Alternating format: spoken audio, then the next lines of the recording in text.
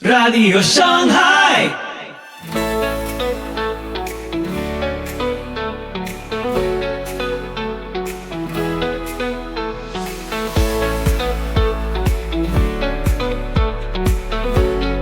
Muy buenos días, tardes o noches, donde quiera que estés en el mundo. Soy Pipo Biglione y te doy la más cálida bienvenida a Radio Shanghai. Estás sintonizando el episodio 605 de nuestra octava temporada. Prepárate para lo que viene. Hoy, cuando una iglesia deja de ser iglesia, R.C. Sproul expone la verdad incómoda que muchos prefieren callar. Cuando una iglesia deja de ser iglesia. Escúchalo ahora. Toda la música que nos inspira es de Pipo y Banda Ya. Podés escucharla y descargarla en el link en comentarios. Si querés colaborar con nuestro trabajo, hacelo a través de Cafecito también en los comentarios. Así que ponete cómodo, subí el volumen y empezamos. Soli Deo Gloria.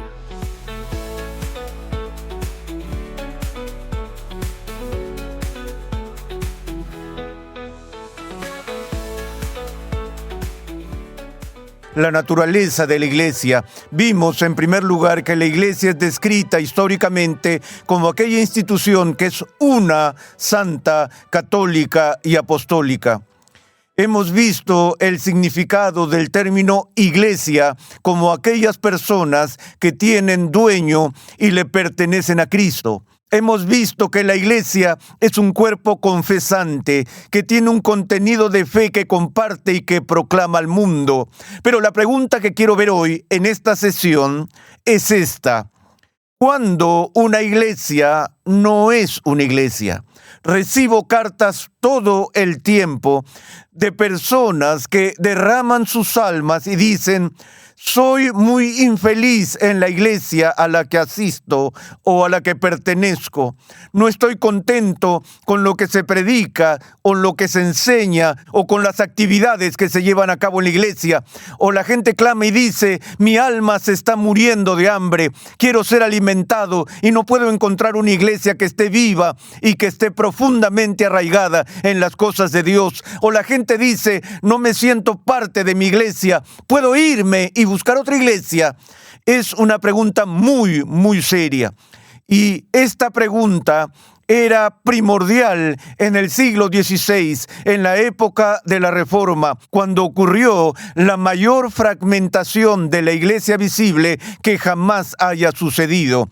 Luego de la ruptura con Roma por parte de los reformadores protestantes, surgieron todo tipo de grupos divergentes, con credos diferentes y confesiones diferentes y formas de gobierno diferentes, liturgias diferentes, todas afirmando ser iglesias cristianas y muchas de ellas afirmando ser la única iglesia verdadera.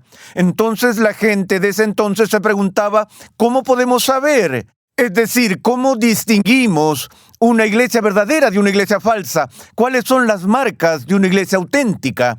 Los reformadores de ese tiempo lucharon seriamente con esta pregunta, porque Roma, por supuesto, no reconocía a las iglesias protestantes como iglesias auténticas, y Roma había dicho en el pasado que la iglesia puede definirse de esta manera: donde esté el obispo, allí está la iglesia, y si no hay autorización del obispo romano, entonces las pequeñas sociedades que surjan no son iglesias válidas.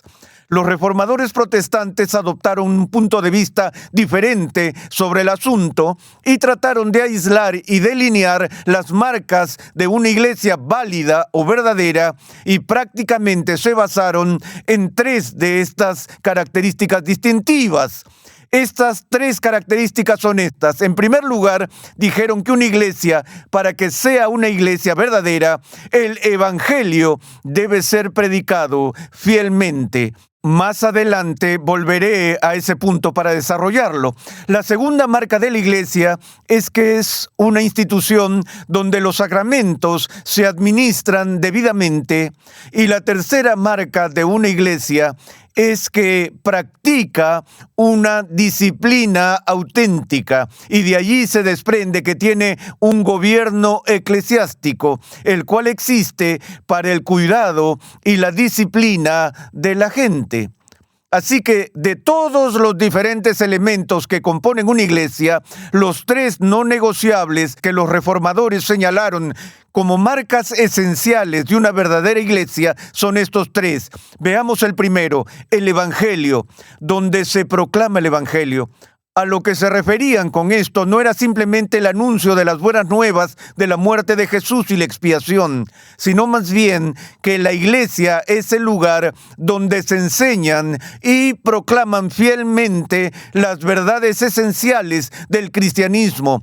Si una iglesia, por ejemplo, en sus decretos oficiales o normas confesionales negaba un elemento esencial de la fe cristiana, entonces eso significa, según los reformadores, que esa institución ya no sería considerada una iglesia. Por ejemplo, el protestantismo histórico no reconocería el mormonismo como una iglesia cristiana auténtica porque la fe mormona históricamente ha negado fundamentalmente la deidad de Cristo. Y por lo tanto, cualquier otro aspecto que se afirmara sobre el cristianismo histórico, la negación de la deidad de Cristo era vista como una negación de algo esencial para el cristianismo bíblico. Y por lo tanto, cualquier organización que negara la deidad de Cristo no era considerada por los reformadores como una iglesia válida y de bona fide. El tema con Roma en el siglo XVI sobre la doctrina de la justificación por la fe sola, que era tan volátil en ese momento, era volátil porque los reformadores creían que la doctrina de la justificación por la fe sola era un elemento esencial del Evangelio. Aunque la Iglesia Católica Romana abrazó firmemente muchos elementos de la ortodoxia histórica, como la deidad de Cristo, la Trinidad, la expiación y ese tipo de temas, su condena de la justificación por la fe sola inclinó a los reformadores a llegar a la conclusión de que Roma ya no era una iglesia válida. Ellos creían que Roma se había convertido en apóstata en el siglo XVI, cuando Roma anatemizó y condenó la sola fide, por lo que los reformadores, cuando escucharon esa condena, escucharon una condena del Evangelio mismo, y por lo tanto no iban a reconocer a Roma como una iglesia legítima y viceversa. Roma no creía en la postura reformada del Evangelio y no reconocía a las iglesias protestantes como iglesias legítimas. El segundo aspecto tiene que ver con los sacramentos, y hay cuerpos cuasi cristianos en el mundo que no solo reducen los sacramentos de los 7 que la Iglesia Católica Romana sostiene a los 2 que la mayoría de los protestantes sostienen, sino que algunos han negado los sacramentos por completo. Los reformadores dirían, si no están los sacramentos, la cena del Señor y el bautismo, si añades cualquier otro elemento en tu organización, no es una iglesia. Eso se vuelve importante hoy en día cuando tenemos grupos y ministerios pareclesiásticos como Young Life y Campus Crusade, InterVarsity y otros tipos de organizaciones que practican diariamente varios elementos de evangelismo y ministerio cristiano. Tienen tareas específicas para trabajar junto a la iglesia. Ministerios Ligonier puede ser identificado como un ministerio paraeclesiástico. Somos una institución educativa, no somos una iglesia. Ministerios Ligonier no administra los sacramentos. No tenemos membresía eclesiástica, por lo cual no impartimos disciplina a las personas que forman parte de Ligonier. Esa no es nuestra función. Estamos llamados a ayudar a la iglesia en su educación, pero tenemos un enfoque muy delimitado en ese aspecto y no pretendemos ser una iglesia. Nadie es miembro de Ligonier en ese sentido. No bautizamos a las personas ni las hacemos entrar en la iglesia Ligonier, de manera que el uso de los sacramentos y ofrecer los sacramentos es una tarea de la iglesia, y toda iglesia verdadera practica los sacramentos. El tercer elemento es el elemento de la disciplina o el gobierno. Y hemos visto a través de la historia de la iglesia que todo el asunto de la disciplina de la iglesia ha sido algo fluctuante. Ha habido momentos en el pasado en los que la disciplina eclesiástica se ha manifestado en términos que por sus características era considerada muy severa. Durante el siglo XVI hubo una persecución terrible, no solo de la Iglesia Católica Romana contra los protestantes, sino también de los protestantes contra los católicos. Y sabemos que la gente fue sometida al potro, a la tortura y a todo tipo de castigo como un asunto de disciplina eclesiástica. Sé que fue un tiempo oscuro en la historia de la Iglesia, pero si lees, por ejemplo, las teorías de los obispos de la Iglesia Católica Romana en el siglo XVI, cuando estaban considerando el uso de la tortura en la Inquisición e incluso la ejecución, la quema de herejes en la hoguera y ese tipo de acciones, en la superficie, desde nuestro punto de vista en el siglo XX, todo eso parece ser un castigo cruel, inusual y bárbaro como instrumentos de disciplina. Tal vez lo sea, pero quiero que entendamos esto, que los líderes de la Iglesia en el siglo XVI, damas y caballeros, realmente creían en el infierno y realmente creían que no había un destino que pudiera ser peor para un ser humano que ser arrojado al infierno y que no hay nada que temer más en última instancia que el castigo y disciplina perpetuos de Dios. La Iglesia realmente creía que era justificable usar casi cualquier medio necesario para reprender y disciplinar a uno de sus miembros para mantenerlo fuera de las garras del infierno. Si se necesitaba una cámara de tortura, si se necesitaba el potro, incluso si se necesitaba la amenaza de ser quemado en la hoguera para rescatar a una persona de las garras del infierno, se concebía como legítimo. No lo estoy defendiendo, pero estoy tratando de que entendamos la mentalidad de la gente en el siglo XVI, que realmente tomaba el infierno muy en serio. Parte de nuestra actitud hacia la disciplina eclesiástica hoy en día es que pensamos que no necesitamos disciplinar a las personas en lo absoluto, porque no importa, porque realmente no creemos en la amenaza del juicio divino en nuestros días. El péndulo tiende a oscilar hacia los extremos en la historia de la Iglesia cuando se trata de disciplina. A veces la Iglesia está involucrada en estas formas duras y severas de disciplina que ya he mencionado. En otras ocasiones, la Iglesia está marcada por una forma extraordinaria de lo que llamamos latitudinarismo, donde prácticamente no se impone disciplina a la gente. Hace unos años, una de las principales denominaciones en los Estados Unidos tuvo una gran controversia en la Iglesia cuando un grupo de pastores y estudiosos elaboró un documento, un reporte y un informe formal en el que daban recomendaciones a la Iglesia con respecto a la ética sexual que autorizaba las relaciones homosexuales y hasta cierto punto el sexo prematrimonial y aún el sexo extramatrimonial en ciertos contextos específicos era aprobado. Cuando este informe fue presentado como legislación, por así decirlo, para la Iglesia, para el estudio de la Iglesia y su posible aprobación, hubo un clamor humano entre las bases y entre muchos clérigos que se levantaron para oponerse a este nuevo enfoque de la sexualidad. Se produjo un enfrentamiento en la reunión anual de esa denominación y cuando se llevó a cabo la votación, la propuesta fue derrotada, lo que hizo que los conservadores de esa iglesia se regocijaran, y con razón, que esa propuesta en particular fuera derrotada. Pero lo extraño que surgió de esto, a mi juicio, fue que, aunque la iglesia no adoptó esta posición particular sobre el comportamiento sexual, tampoco censuró ni disciplinó de manera alguna al clero que defendía la posición. Básicamente lo que la iglesia estaba diciendo es: esta no es nuestra posición oficial, pero si quieres ser un ministro en nuestra iglesia y sostener y enseñar estas afirmaciones, no vamos a hacer nada al respecto. Así que hubo una ausencia de disciplina en ese tiempo. Lo hemos visto esto una y otra vez, cuando la gente puede estar involucrada en conductas y comportamientos escandalosos y la iglesia no dice ni una palabra. Eso plantea una pregunta. Si una iglesia falla de manera importante en disciplinar a sus miembros con respecto a los pecados graves, atroces y abominables, ¿sigue siendo esa institución una iglesia?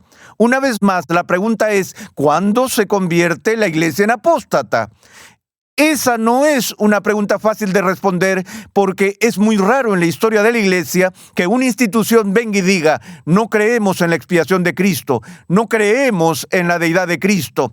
No siempre es tan claro, a veces lo es, sino que la mayoría de las veces lo que la iglesia hará es tratar de manera muy flexible las verdades esenciales de la fe cristiana y hacemos una distinción entre apostasía de facto y apostasía de jure, entre apostasía formal y material. La apostasía formal es cuando la iglesia anatematiza clara e inequívocamente una verdad esencial o niega una verdad esencial de la fe cristiana.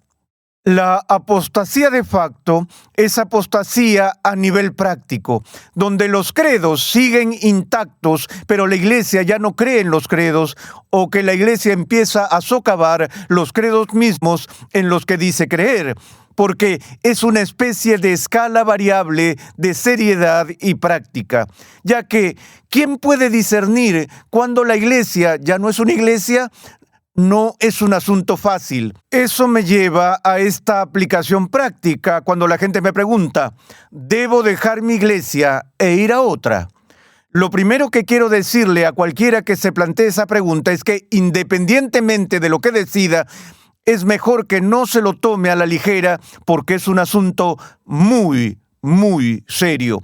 Cuando nos unimos a una iglesia, sea cual sea la iglesia a la que nos unamos, en casi todos los casos lo hacemos con un voto solemne ante Dios y dejar esa institución, separarse de un grupo ante el cual he hecho un voto sagrado, requiere razones serias para justificarlo. Nuestros votos eclesiásticos son casi insignificantes hoy en día. La gente simplemente cambia de una iglesia a otra como si fueran por la calle a comprar pan. Prometemos, al menos en mi iglesia, en nuestros votos de membresía, hacer un uso diligente de los medios de la gracia. Prometemos que cuando estemos allí nos someteremos a la autoridad de la iglesia. Y sin embargo, la mayoría de la gente renuncia a las iglesias o abandona las iglesias o divide las iglesias no por asuntos importantes y serios de la fe, sino por el color del que pintas el sótano de la iglesia, o te alejas porque alguien en el ministerio de mujeres dijo algo que te ofendió, y por eso nos vamos, en protesta. Eso evita reconocer la naturaleza sagrada de la iglesia en sí misma. Hay 3 etapas diferentes. Hay momentos en los que simplemente no podemos dejar la iglesia. Y aunque eso es simple, no podemos dejar la iglesia cuando no hay una razón justa para dejar la iglesia. Debemos honrar nuestro compromiso con una iglesia lo más que podamos, a menos que se apliquen los otros 2 principios. El segundo punto en el que podríamos encontrarnos es cuando uno podría salir de la iglesia. Ahora, a veces es posible que la gente deje una iglesia cuando esa iglesia está gravemente corrompida, tanto que ni siquiera sabes si es apóstata o no, pero en realidad no eres capaz de ser alimentado ni edificado como cristiano, y tu familia tampoco puede recibir el beneficio de ser alimentada. Creo que cuando las iglesias se vuelven así de corrompidas, te es permitido dejarla y buscar una iglesia donde seas edificado y alimentado espiritualmente y tu alma sea cuidada. La tercera categoría es cuando debes dejar la iglesia, y eso por supuesto es cuando la iglesia es apóstata. Puedes decir, voy a permanecer dentro de la iglesia y tratar de trabajar por su cambio y recuperación, pero si la iglesia es apóstata, simplemente no se te permite estar allí. Recuerda los profetas de Baal que fueron confrontados por Elías en el Monte Carmelo. Los profetas de Baal estaban afirmando que Dios estaba de su lado, y Elías dijo, no, y ellos fueron confrontados y el fuego descendió del cielo y quedó muy claro de qué lado estaba Dios en esto y que la casa de Baal era una institución pagana. ¿Te imaginas a alguien diciendo, bueno, ahora sé que Yahvé es Dios, pero voy a quedarme aquí en la casa de Baal para hacer sal y luz y tratar de trabajar por su reforma y tratar de recuperarla para Dios? No se nos permite hacer eso. Si la institución en la que estamos comete apostasía, es nuestro deber abandonarla. Así que esas son las 3 opciones que tienes. Me refiero a las 3 posibilidades. Puedes estar en una situación en la que debes irte, puedes estar en una situación en la que podrías irte y puedes estar en una situación en la que no puedes irte y salir sería pecar. Y por eso solo menciono esto para tu consideración, que cuando tomes esa decisión veas cuidadosamente las marcas de la iglesia. ¿Se predica el evangelio? ¿Se administran debidamente los sacramentos? ¿Existe una forma bíblica de gobierno y de disciplina eclesiástica? Si esos 3 aspectos están presentes, no debes irte. Debes trabajar para ayudar a edificar esa parte del cuerpo de Cristo.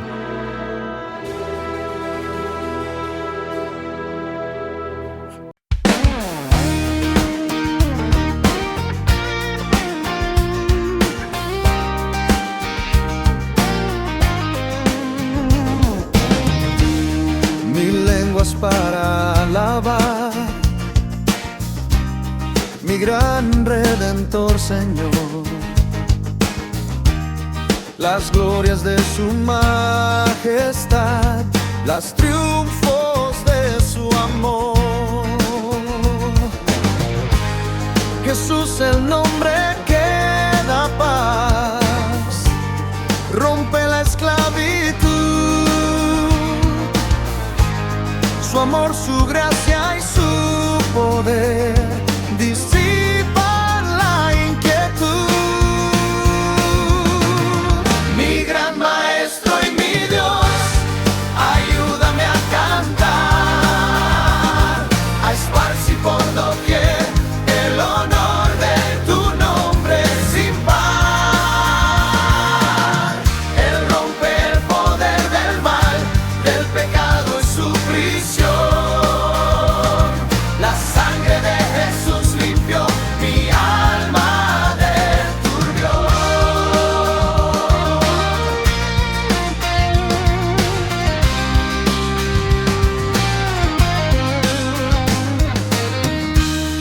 Oíd, naciones, su voz. Oíd, pecadores hoy. Cristo el Señor os llama a Él, os libra del error.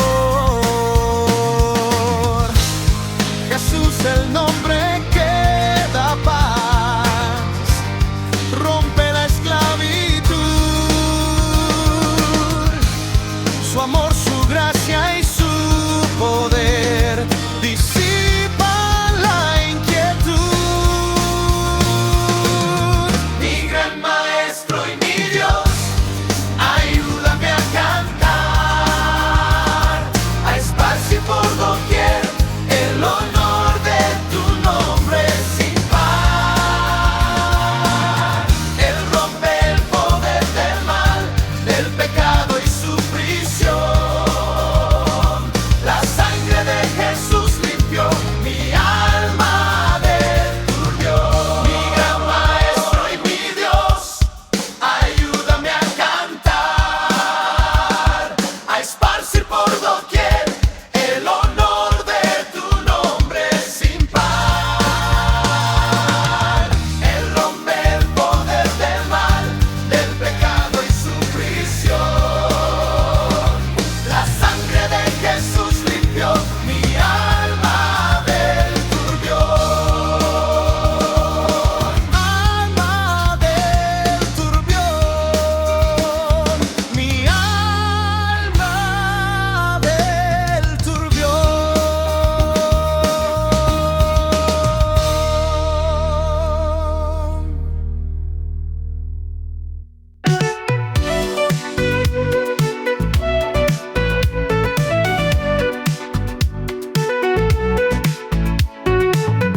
Gracias por acompañarnos en este episodio de Radio Shanghai. Tu apoyo nos ayuda a seguir conectando el mundo de hoy con los principios eternos. Por eso, te pedimos que te suscribas y nos dejes tu like para que más personas descubran este mensaje. No olvides seguirnos en Facebook, Instagram y Telegram para estar al tanto de todo. Te esperamos, Dios mediante, en nuestro próximo episodio. Que Dios te bendiga.